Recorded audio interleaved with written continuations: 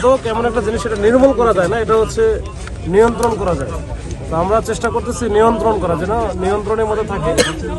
আমরা একেবারে মাদকের প্রতি পুলিশের জিরো টলারেন্স, পুলিশ সহ এখানে আমরা শুধু পুলিশ নাই, এখানে কিন্তু ওই যে ঢাকা ইউনিভার্সিটির প্রক্টোরিয়াল টিম আছে, ঢাকা ইউনিভার্সিটির যে ডাকসুর যে সদস্য সেও আছে, তারপরে আমাদের সাথে ওই যে ডিবির ফোর্স অফিসার আছে, নার্কোটিক্সের আছে। এই সবাই কিন্তু আমরা চাই, আমাদের লক্ষ্য একটাই, যে সেটা হচ্ছে যে মাদক মুক্ত রাখা। এই যে বিশেষ করে সোহরাওয়ার্দী উদ্যান কেন্দ্রিক অনেক ধরনের অপরাধ হয়, এখানে অনেক জায়গা আছে যেখানে একটু ঝোপ জঙ্গল থাকে, গাছপালা বেশি আছে, আলো কম থাকে।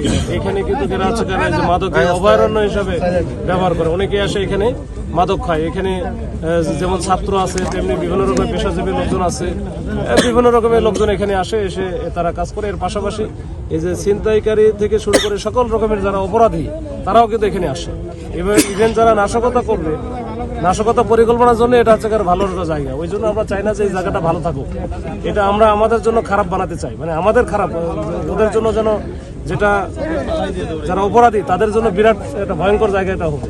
আমরা যেন হচ্ছে সবাই মিলে এটা সবার চেষ্টা করলে ইনশাল্লাহ তাদের জন্য একটা ভয়ঙ্কর জায়গা বানাই ফেলতে চাই, যেন সাধারণ মানুষ, ভালো মানুষের জন্য এটা ভালো জায়গা হবে, আর অপরাধীদের জন্য হবে এটা ভয়ঙ্কর জায়গা, মানে এখানে আসলে ধরা হবে।